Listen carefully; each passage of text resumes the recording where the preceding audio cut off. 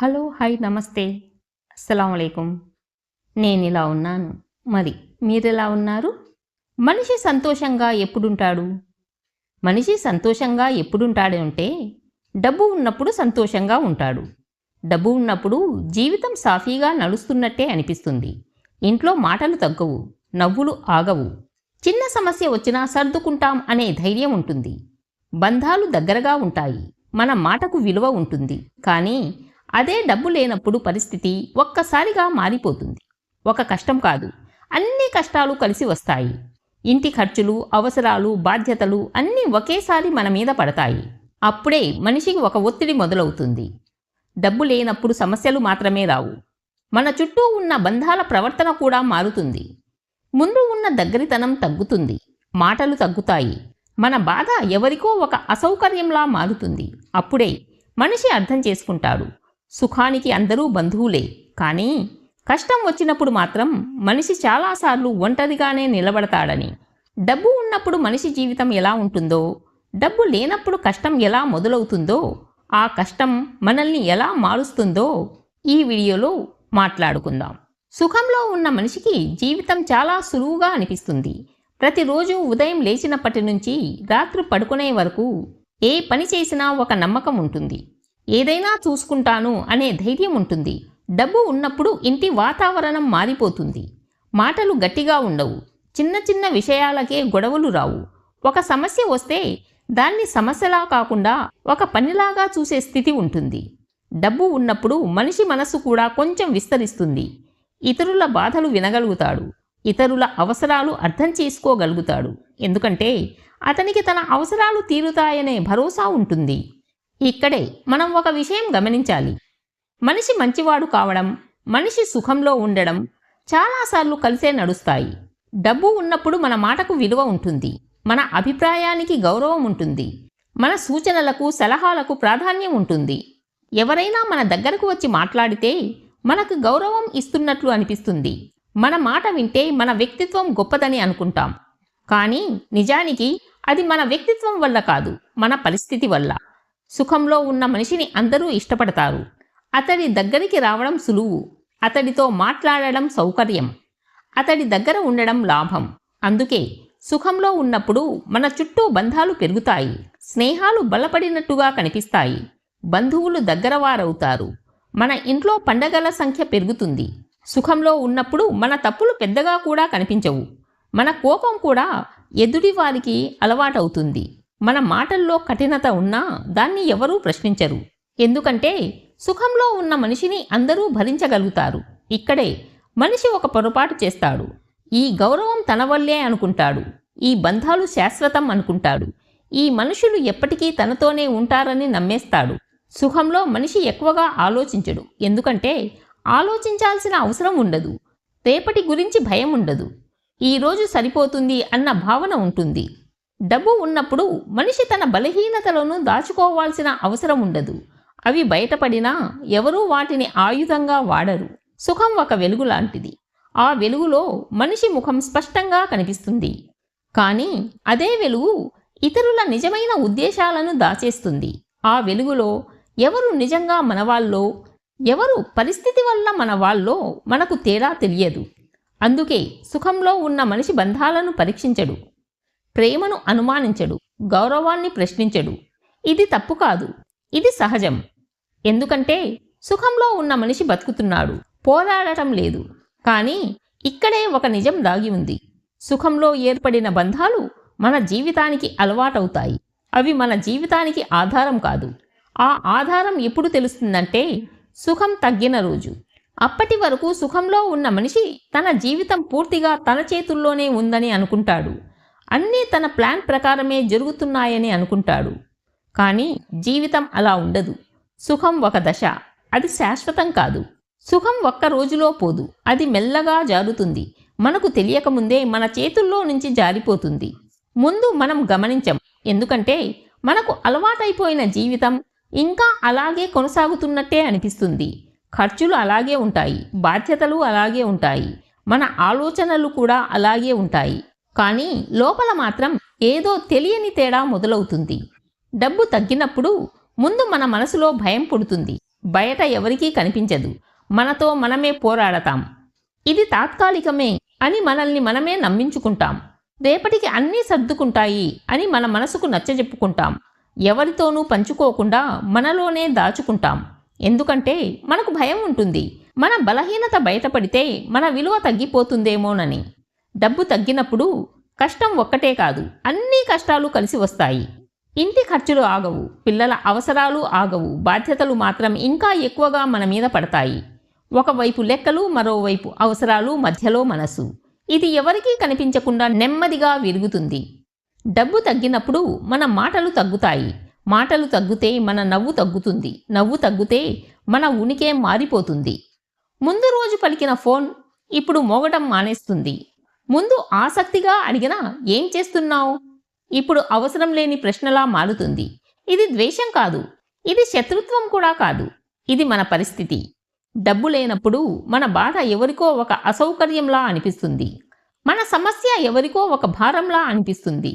మన దగ్గరకు రావాలంటే వాళ్లకు ఒక భయం కూడా ఉంటుంది. అందుకే వాళ్ళు మెల్లగా దూరం అవుతారు. మనకు తెలియకుండా కాదు, మనకు అర్థమయ్యేలా. అప్పుడే మనిషి ఒంటరిగా నిలబడతాడు. జనం మధ్యలో ఉన్నా మనస్సులో ఒంటరిగా మిగిలిపోతాడు.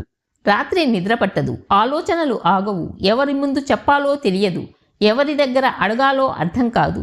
మనిషి ఇక్కడే ఎక్కువగా విరిగిపోతాడు, బయట కాదు, లోపల. డబ్బు లేనప్పుడు మనిషి పేదవాడవ్వడు, మనిషి అవసరం లేని వాడిగా మారతాడు. ముందు మన అభిప్రాయానికి విలువ ఉండేది, ఇప్పుడు మౌనం మంచిదని నేర్చుకుంటాం. ముందు మన మాట విన్నవాళ్ళు ఇప్పుడు మన మాట దాటేస్తారు. ఇది గట్టిగా అనిపించదు, కానీ నెమ్మదిగా గుచ్చుకుంటుంది. అప్పుడే అర్థమవుతుంది, సుఖంలో ఉన్నప్పుడు మనతో ఉన్న వాళ్ళు మనిషి కోసం కాదు, మన పరిస్థితి కోసం ఉన్నారని. ఈ నిజం చాలా బాధిస్తుంది, కానీ తప్పదు. కష్టం మనల్ని నిందించదు, మనల్ని అవమానించదు, కానీ మనల్ని ప్రశ్నిస్తుంది. నీ బలం ఏమిటి? నువ్వు ఎవరి మీద ఆధారపడ్డావు? నువ్వు నిజంగా నిన్ను తెలుసుకున్నావా అని. ఈ ప్రశ్నలకు సమాధానాలు ఎవరూ ఇవ్వరు, మనమే వెతుక్కోవాలి. అందుకే కష్టం ఒంటరిది. ఎవరూ చేయి పట్టరు, ఎవరూ భుజం ఇవ్వరు. కానీ అదే ఒంటరితనం మనల్ని నెమ్మదిగా మారుస్తుంది. ముందు రోజుల్లో ఒక మాట మనసు పగులగొట్టేది, ఇప్పుడు అదే మాట మనలో మౌనంగా నిలుస్తుంది. ముందు మనం సహాయం అడగడానికి సంకోచించేవాళ్ళం, ఇప్పుడు మనం మన మీద ఆధారపడడం నేర్చుకుంటాం. డబ్బు లేనప్పుడు మనిషి జీవితాన్ని తిరిగి చూస్తాడు, తన తప్పులు గుర్తిస్తాడు, తన అహంకారం గుర్తుకు వస్తుంది, తన అజాగ్రత్తలు బాధిస్తాయి. ఇది శిక్ష కాదు, ఇది ఒక పాఠం. సుఖంలో నేర్చుకోలేని దాన్ని కష్టం నేర్పిస్తుంది. ఇక్కడే మనిషి అర్థం చేసుకుంటాడు, సుఖానికి అందరూ బంధువులే, కష్టమే పాపం ఒంటరిది. కానీ అదే ఒంటరితనం రేపటి మనిషిని దృఢంగా తయారు చేస్తుంది. కష్టం మనిషిని ఒక్కసారిగా బలంగా తయారు చేయదు, ముందు అతన్ని పూర్తిగా ఖాళీ చేస్తుంది. ఎవ్వరూ లేని గదిలాంటి మనసు మిగులుతుంది. ఆ గదిలో మాటలు ఉండవు, నవ్వులు ఉండవు, కేవలం ఆలోచనలు మాత్రమే ఉంటాయి. మొదట ఆ ఒంటరితనం భయంగా అనిపిస్తుంది. జనం మధ్యలో ఉన్న మనసు ఒంటరిగా ఉందన్న భావన నిద్రను కూడా దూరం చేస్తుంది. ముందు మనం ఎవరో ఒకరికి ఫోన్ చేస్తే మనసు తేలికయ్యేది, ఇప్పుడు ఎవరికీ చెయ్యలేం. చేస్తే ఏమంటారో అనే భయం, చెబితే తక్కువగా చూస్తారేమో అన్న ఆందోళన. అందుకే మనం మౌనాన్ని అలవాటు చేసుకుంటాం. ఆ మౌనంలో మనిషి తనను తాను వినడం మొదలు పెడతాడు. ఇంతవరకు బయట ప్రపంచం చేసిన శబ్దం ఇప్పుడు లోపల ఆగిపోతుంది. అప్పుడే కొన్ని ప్రశ్నలు వస్తాయి. నేను ఇంతవరకు ఎవరి మీద ఆధారపడ్డాను? నిజంగా నా బలం ఏమిటి? నన్ను నేను ఎంతవరకు తెలుసుకున్నాను అని. ఈ ప్రశ్నలకు సమాధానాలు వెంటనే రావు. కొన్ని రోజులు పడతాయి, కొన్ని రాత్రులు పడతాయి. కన్నీళ్లతో నిండిన నిశ్శబ్దాలు అవసరమవుతాయి. కష్టం మనిషిని ఏడిపిస్తుంది, కానీ ఆ కన్నీళ్లే మనసులో ఉన్న అహంకారాన్ని కడిగేస్తుంది, మనిషిని నేల మీద నిలబెడుతుంది. ఇక్కడే ఒక పెద్ద మార్పు మొదలవుతుంది. ముందు మనం ఎవరో ఒకరి మీద ఆశ పెట్టుకునేవాళ్ళం, ఇప్పుడు ఆ ఆశ మన మీదే పెట్టుకోవడం మొదలు పెడతాం. చిన్న చిన్న విషయాల్లో అది కనిపిస్తుంది. ముందు లెక్కలు ఎవరో చూసేవాళ్ళు, ఇప్పుడు మనమే చూసుకోవాలి. ముందు నిర్ణయాలు ఇతరుల సలహాలతో తీసుకునేవాళ్ళం, ఇప్పుడు మనమే ఆలోచించి నిర్ణయం తీసుకోవాల్సి వస్తుంది. ఇది కష్టం, కానీ ఇదే అవసరం. ఒంటరిగా నడవడం మొదట భయంగా ఉంటుంది, కానీ ప్రతి అడుగులో మన కాళ్లకు బలం వస్తుంది. ఎవరూ లేని దారిలో మనిషి తన శక్తిని తెలుసుకుంటాడు. ఎవరి భుజం లేకుండా తన బరువును తానే మోయగలడని తనకే అర్థమవుతుంది. ఇక్కడే మనిషి మారతాడు. బయట కనిపించేలా కాదు, లోపల చాలా నిశ్శబ్దంగా మారిపోతాడు. ముందు మాటలకు వెంటనే స్పందించేవాడు ఇప్పుడు ఆలోచించి మాట్లాడతాడు. ముందు నమ్మకం త్వరగా పెట్టేవాడు ఇప్పుడు నమ్మకానికి విలువ తెలుసుకుంటాడు. ఒంటరితనం మనిషికి లెక్కలు నేర్పిస్తుంది. డబ్బుల లెక్కలు కాదు, మనుషుల లెక్కలు. ఎవరు మాటల వరకు, ఎవరు అవసరాల వరకు, ఎవరు నిజంగా మనసు వరకు అని. ఈ లెక్కలు తెలిసిన రోజు మనిషి బలహీనుడిగా ఉండడు, అతడు స్పష్టంగా మారిపోతాడు. కష్టం మనల్ని పగలగొట్టలేదు, మనలో ఉన్న అబద్ధాలను పగలగొట్టింది. మనిషి మీద కాదు, మన పరిస్థితి మీద ఉన్న బంధాలను విడదీసింది. ఇది బాధ కలిగిస్తుంది, కానీ ఇదే నిజం. ఒంటరిగా నిలబడిన మనిషి తనలో ఒక కొత్త స్థిరత్వాన్ని పెంచుకుంటాడు. అది డబ్బు వల్ల వచ్చింది కాదు, అది మనుషుల వల్ల వచ్చినది కాదు, అది అనుభవం వల్ల వచ్చింది. మళ్ళీ జీవితం కొంచెం సర్దుకుంటే, మళ్ళీ సుఖాలు వస్తే ఆ మనిషి ముందులా ఉండడు. అతడి నవ్వు నెమ్మదిగా ఉంటుంది, అతడి మాట తక్కువగా ఉంటుంది, అతడి నమ్మకం ఎంపికతో ఉంటుంది. ఎందుకంటే అతడు తెలుసుకున్నాడు, అందరూ మనతో నడవరు, అందరూ మన వాళ్ళు కారు అని. కానీ ఇది బాధ కాదు, ఇది అర్థం. కష్టం మనల్ని ఒంటరిగా ఉంచింది, కానీ ఖాళీగా కాదు, మనలోని బలాన్ని బయటకు తీసింది. అందుకే ఒంటరితనం శాపం కాదు, అది ఒక దశ. ఆ దశ దాటిన మనిషి ఇంకెప్పుడూ పూర్తిగా కూలిపోడు. జీవితం ఎప్పుడూ ఒకేలా ఉండదు. సుఖం ఒక కాలం, కష్టం మరో కాలం. ఈ రెండింటి మధ్య మనిషి నేర్చుకున్నదే అతని అసలైన సంపద. సుఖం ఉన్నప్పుడు మనకు జీవితం మీద పూర్తిగా నమ్మకం ఉంటుంది. మన నిర్ణయాలు సరి అయినవే అనిపిస్తాయి, మన దారి స్పష్టంగా ఉందనిపిస్తుంది. కానీ కష్టం వచ్చినప్పుడు అన్నీ మళ్ళీ మొదటి నుంచి మొదలైనట్టుగా అనిపిస్తుంది. ఇది ఓటమిలా అనిపించవచ్చు, కానీ ఇది నిజానికి ఇది జీవితం ఇచ్చే ఒక విరామం. కష్టం మనల్ని ఆపుతుంది, వెనక్కి లాగుతుంది, నెమ్మదిగా కూర్చోబెడుతుంది. ఇంతవరకు నువ్వు ఎలా బతికావు అని అడుగుతుంది. ఇక్కడే మనిషి నిజంగా ఆలోచించడం మొదలు పెడతాడు. సుఖంలో ఉన్నప్పుడు మనిషికి సమయం ఉండదు, పరుగులే ఉంటాయి, ఆపుకుని ఆలోచించే అవకాశం ఉండదు. కష్టం మాత్రం మనల్ని బలవంతంగా ఆపుతుంది, మన జీవితాన్ని తిరిగి చూసేలా చేస్తుంది. ఎవరి మీద ఎక్కువగా ఆధారపడ్డాం, ఎవరిని గుడ్డిగా నమ్మాం, మనమే మనకు ఎంతవరకు అండగా ఉన్నాం? ఈ ప్రశ్నలు బాధిస్తాయి, కానీ ఇవి అవసరం. కష్టం మనల్ని శిక్షించడానికి రాలేదు, మనల్ని తగ్గించడానికి రాలేదు, మనలో ఉన్న అబద్ధాలను తొలగించడానికి వచ్చింది. సుఖంలో మనిషి తనను తాను గొప్పవాడిగా భావిస్తాడు, కష్టంలో మనిషి తనను తాను నిజంగా తెలుసుకుంటాడు. ఇక్కడే ఒక పెద్ద మార్పు జరుగుతుంది. ముందు మనం గౌరవం కోసం జీవించాం, ఇప్పుడు మనశ్శాంతి కోసం జీవించడం మొదలు పెడతాం. ముందు అందరూ మనతో ఉండాలని కోరుకున్నాం, ఇప్పుడు అవసరమైన వాళ్ళు మాత్రమే సరిపోతారు అనిపిస్తుంది. ముందు మాటకు విలువ ఇచ్చాం, ఇప్పుడు నడవడికకు విలువ ఇస్తాం. కష్టం మనల్ని చాలా విషయాల్లో నిశ్శబ్దంగా చేస్తుంది, కానీ ఆ నిశ్శబ్దమే మనలోని గందరగోళాన్ని సరిచేస్తుంది. ఇక మనిషి ఒక్క విషయం అర్థం చేసుకుంటాడు, అందరూ మనతో ఉండలేరు, అందరూ మన వాళ్ళు కావాల్సిన అవసరం లేదు అని. ఇది నిరాశ కాదు, ఇది పరిపక్వత. ఒకరోజు మళ్ళీ సుఖం వస్తుంది, జీవితం మళ్ళీ సర్దుకుంటుంది, డబ్బు వస్తుంది, అవకాశాలు వస్తాయి. అప్పుడు మళ్ళీ జనాలు వస్తారు, మళ్ళీ మాటలు పెరుగుతాయి, మళ్ళీ నవ్వులు వినిపిస్తాయి. కానీ అప్పటి మనిషి ముందు మనిషి కాదు. అతడు ఎవరిని తక్కువగా చూడడు, అలాగే ఎవరిని గుడ్డిగా నమ్మడు. ఎవరైనా దగ్గరకు వస్తే వారి మాటల్ని కాదు, వారి ఉద్దేశాన్ని చూస్తాడు. ఎవరైనా వెళ్ళిపోతే బాధపడడు, ఎందుకంటే ఇది జీవిత స్వభావం అని తెలుసుకుంటాడు. కష్టం మనల్ని ఒంటరిగా ఉంచింది, కానీ అదే ఒంటరితనం మనల్ని పరిచయం చేసింది.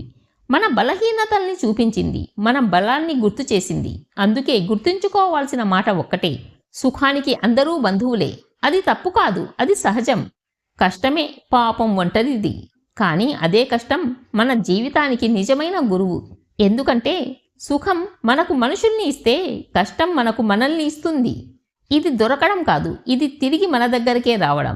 సుఖం ఉన్నప్పుడు చుట్టూ జనాలు గుమిగూడతారు, నవ్వు ఉన్నప్పుడు బంధాలు పూలమాలల్లా కనిపిస్తాయి, డబ్బు ఉన్నప్పుడు మాటలు తేనెల్లా మధురంగా మారతాయి. కానీ అదే మనిషి జీవితంలో ఒక కష్టం వచ్చిందంటే, అదే మనిషి ఒక్క అడుగు తడబడితే, అప్పుడు నిజాలు బయటపడతాయి.